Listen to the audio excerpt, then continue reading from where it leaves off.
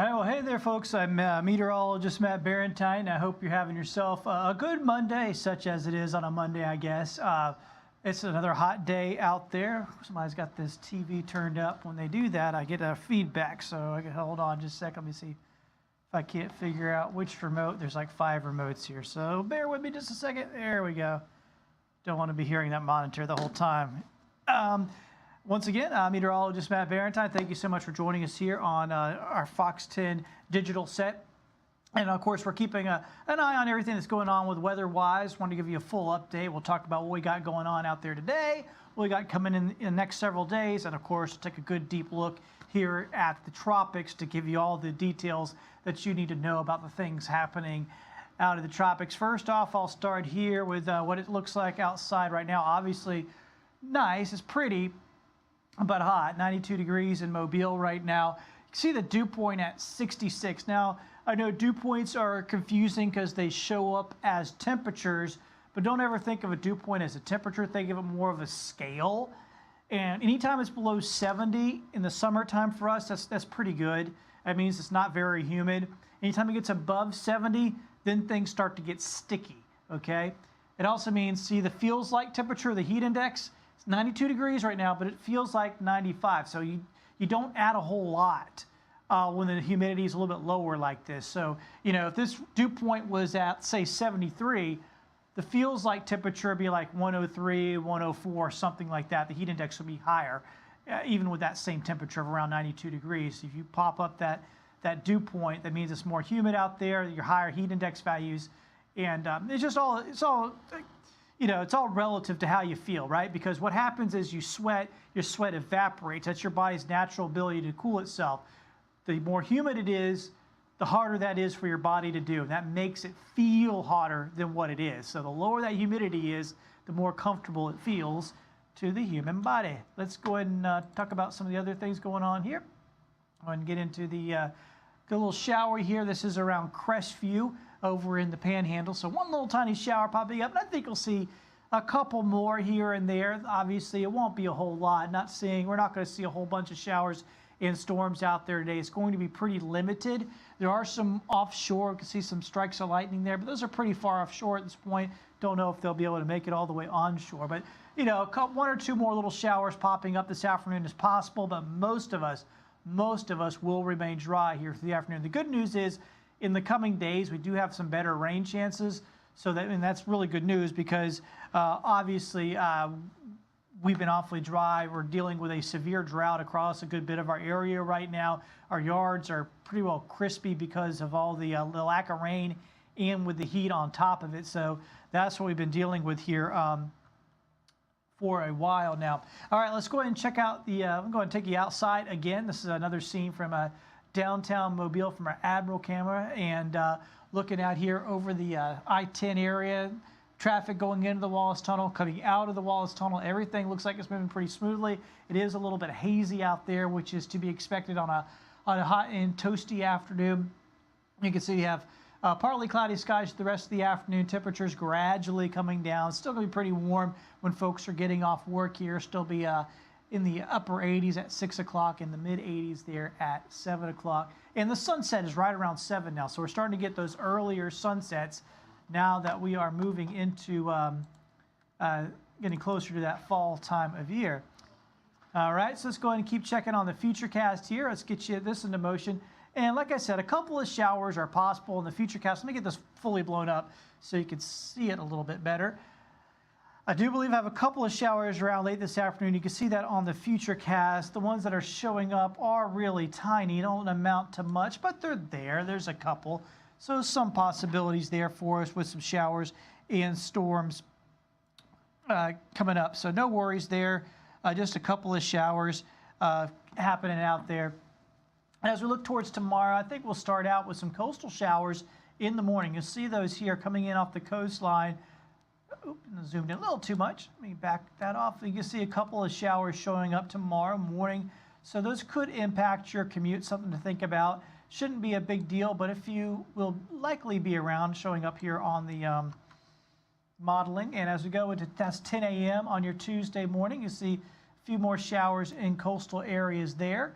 And then as we keep working our way into around the noontime hour, a few more showers popping up across the air, maybe a couple of rumbles of thunder that continues on to the afternoon. So we do have some scattered chances coming up tomorrow. So no big deal, but there will be some around. Hey, we could use that rain.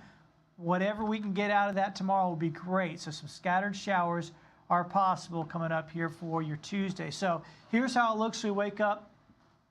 Winds will be calm, coastal showers, temperatures generally in the low 70s, so not bad with that. Once again, hopefully get a few of those showers around.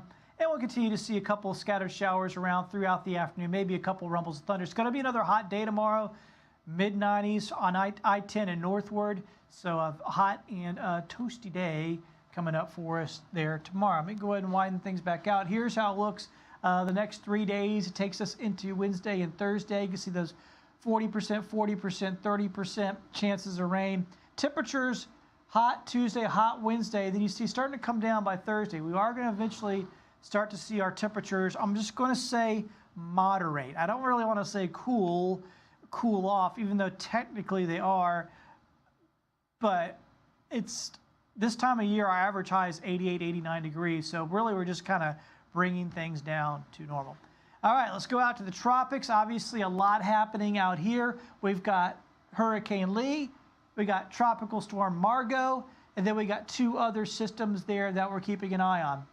Margot is just going to float around out there in the middle of the Atlantic before finally fizzling out. Complete non-entity. Then we got this little yellow one right there.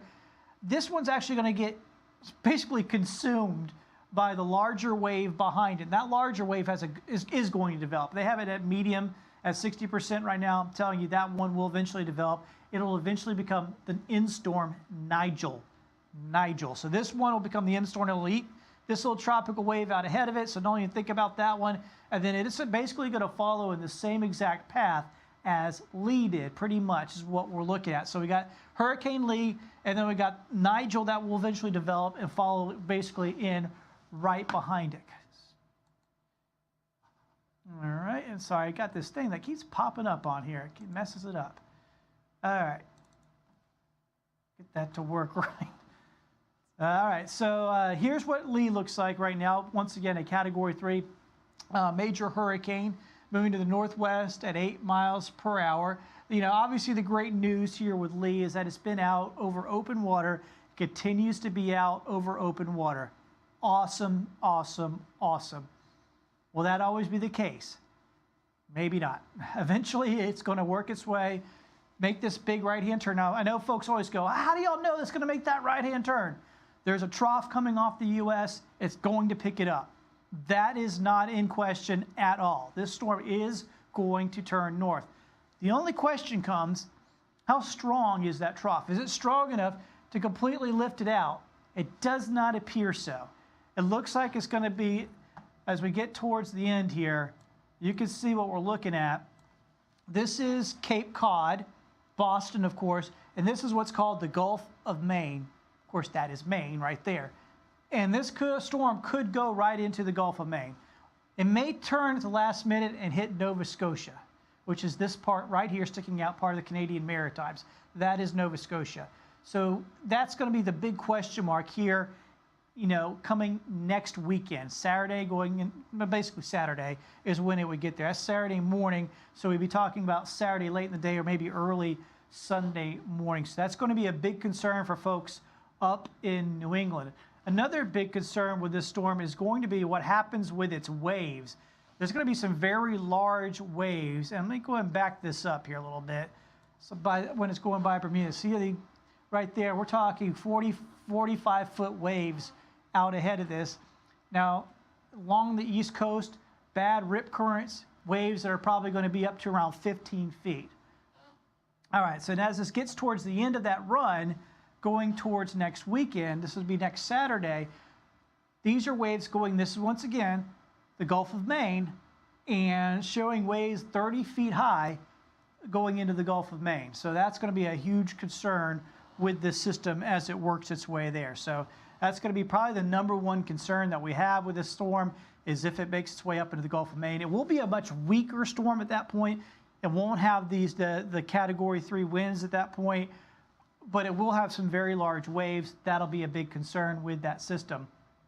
So once again, that's Lee, that's Margot, and then the other tropical wave back here that we'll be keeping an eye on over time. I wanted to show you this. This is the modeling. I'm going to get it big so you can see it full.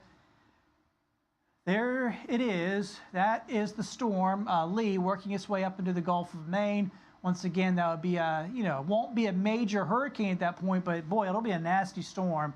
And once again, it could have, waves, getting up to 20 foot plus in spots. So it's going to be a major impact up there in the Gulf of Maine, the New England area, Nova Scotia, the Maritimes, and Canada as they deal with it. So that would be next weekend. It shows that next Saturday. Now watch, I'm going to put this in motion. And once Lee makes landfall up there, or maybe sort of brushes by up there, that other storm I was talking about, Nigel, will basically be falling right in its footsteps. Look at that. That would be Nigel. That will be on the 20th of this month. So we're talking 10 days out, roughly, 9 days out. There will be another system. Now notice the Gulf, perfectly fine, no worries there. I don't see anything happening in our local waters anytime soon. So the action will continue to be out in the Atlantic. That's what we're going to be keeping an eye on. And once again, that will be Nigel there, out there north of Puerto Rico. All right, so back to the long-range forecast. And what we're talking about here next several days, there will be some scattered showers and storms kind of off and on. We're kind of going back and forth here between 30 and 40% rain chances. Temperature-wise, look at this. Mid-90s, low 90s, upper 80s. So like I said, I don't want to say we're cooling off. Technically we are. But really what we're doing is we're bringing our temperatures finally back down to normal. Our temperatures haven't been normal since early July maybe. It's been a long time. We've been above normal forever. We didn't even have a normal temperature in August. 93 was the coolest day in August. So we've basically carried right into September with these really hot temperatures. So it's going to be good to see finally getting down to temperatures that are more, still going to be warm, obviously, still be hot. It's still September after all, but gradually going to bring things down. I don't see that first fall yet, first fall blast, about late September at some point. Usually that's when we get that first little taste of fall. We'll get that first little taste and it'll heat up again for about a week or two, right? And then we'll finally get into real fall sometime in some point in October. Well, sometimes we have to go through a few ups and downs before we get there. That's usually the case. Don't see that yet. It's going to stay hot to warm at least through the next 6 days and through the end of the week. So that's how things are looking. I'm meteorologist Matt Barrentine. I really appreciate you checking in and letting me ramble at you a little bit. We'll be on tonight. Hey, it's a new 3 o'clock show. So if you happen to be near TV here at 3 o'clock, come check us out. We'll be having a new 3 o'clock show for you. You can check that out. Of course, we've got our 4 o'clock and our 5 o'clock as well, all afternoon long. Hey, we're here for you. Check in with us. We'll give you all the latest, not only on your weather, but on news and everything else. Take care. Great to see you. Come check us out.